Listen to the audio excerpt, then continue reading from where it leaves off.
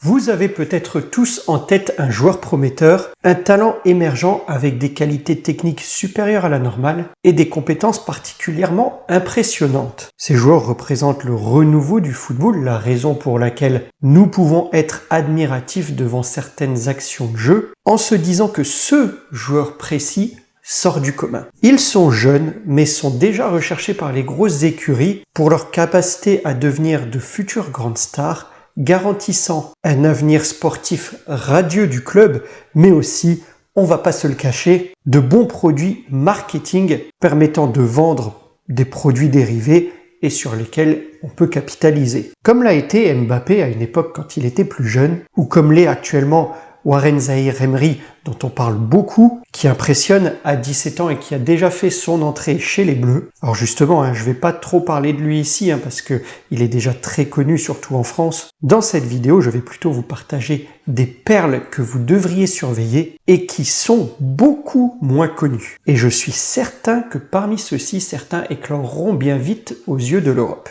Et n'oubliez pas que si mes vidéos vous plaisent et que vous voulez soutenir la chaîne, vous pouvez la rejoindre en devenant membre. C'est sous la vidéo avec le bouton rejoindre ou devenir membre, je ne sais plus très bien, mais en tous les cas, ça vous garantira des contreparties exclusives comme des vidéos dédiées ou la possibilité, en fonction du niveau choisi, de discuter directement avec moi de football. Bref, c'est sous la vidéo et tout est expliqué.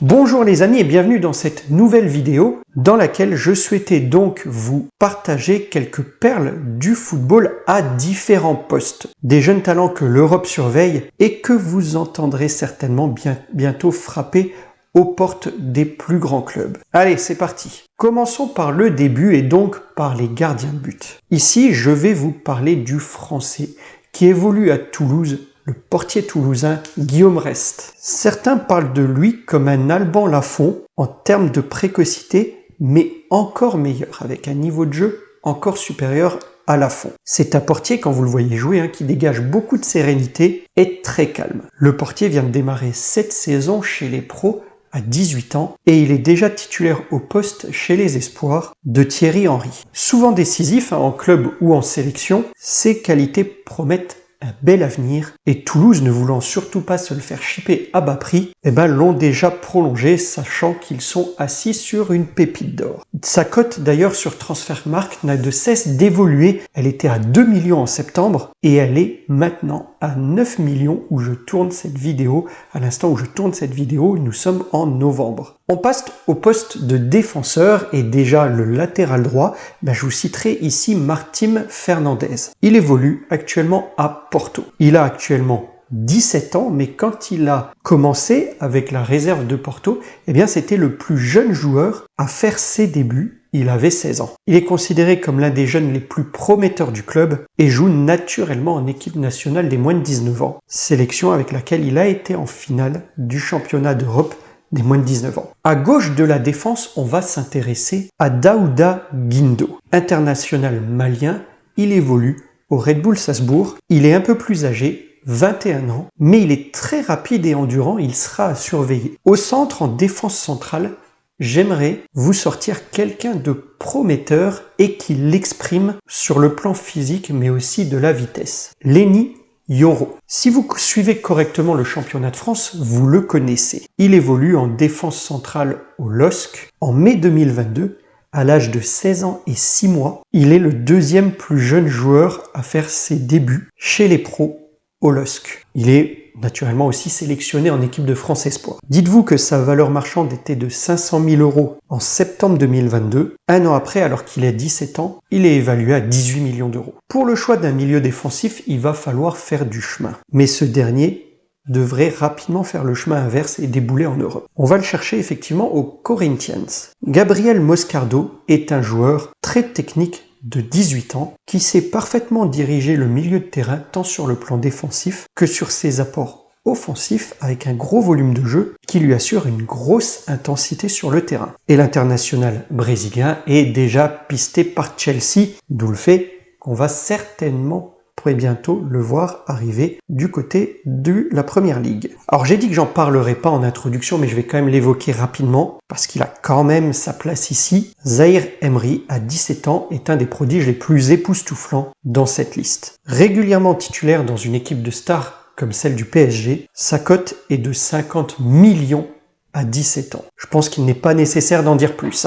En milieu offensif, ils ont intérêt à le blinder parce qu'ils ne sont pas au top en ce moment. Je vais vous parler d'Isaac Hansen-Aaroen, un fabuleux talent de Manchester United, donc qui n'est pas au top. On le voit en Ligue des Champions et un petit peu en championnat également. Celui-là, il a du génie. Il est capable d'éclairer le jeu en un éclair ou en un geste improbable. Ce jeune Norvégien international de 19 ans devrait rapidement prendre le pouvoir chez les Red Devils si son talent se confirme. Je me demande si Solskjaer n'est pas derrière cette recherche. On peut aussi citer à ce poste de milieu offensif le troisième plus jeune joueur de Ligue 1 après Zahir Emery et Yoro, que j'ai déjà évoqué dans cette liste un peu plus tôt. Je veux parler d'Eli Kroupi Jr., le fils d'Eli Kroupi qu'on a connu il y a quelques années. Il a 17 ans et c'est un des plus gros potentiels du centre de formation de Lorient. Il confirme actuellement chez les pros, notamment on a tous en tête sa grosse performance il y a quelques semaines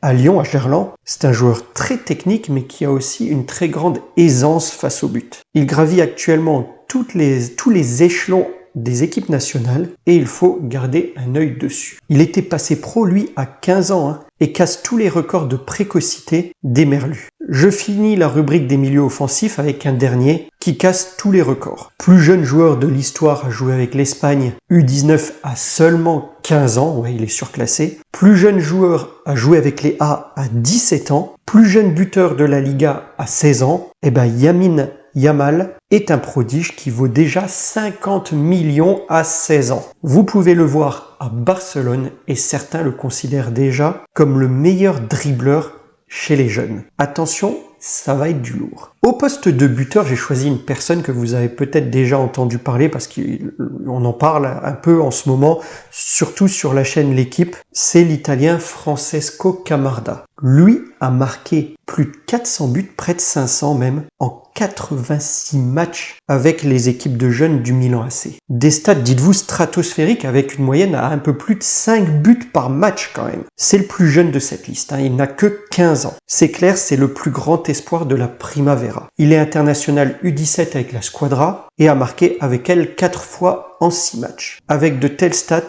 il est à surveiller, je vais pas vous faire un dessin. Voilà les amis pour ces quelques pépites. Confirmeront-elles? Ça, l'avenir nous le dira. On sait que certains ont déçu par le passé, d'autres ont confirmé comme Mbappé. Avez-vous, vous, en tête d'autres joueurs de ce calibre? N'hésitez pas à vous exprimer si c'est le cas en commentaire pour m'en suggérer sous la vidéo. N'hésitez pas aussi à partager les sujets que vous voudriez que je traite dans des prochaines vidéos.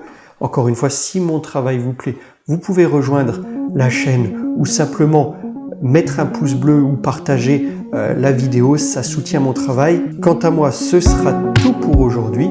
Likez, partagez, commentez, mais surtout appréciez. Et je vous dis à très vite pour une prochaine vidéo. Portez-vous bien les amis. Au revoir.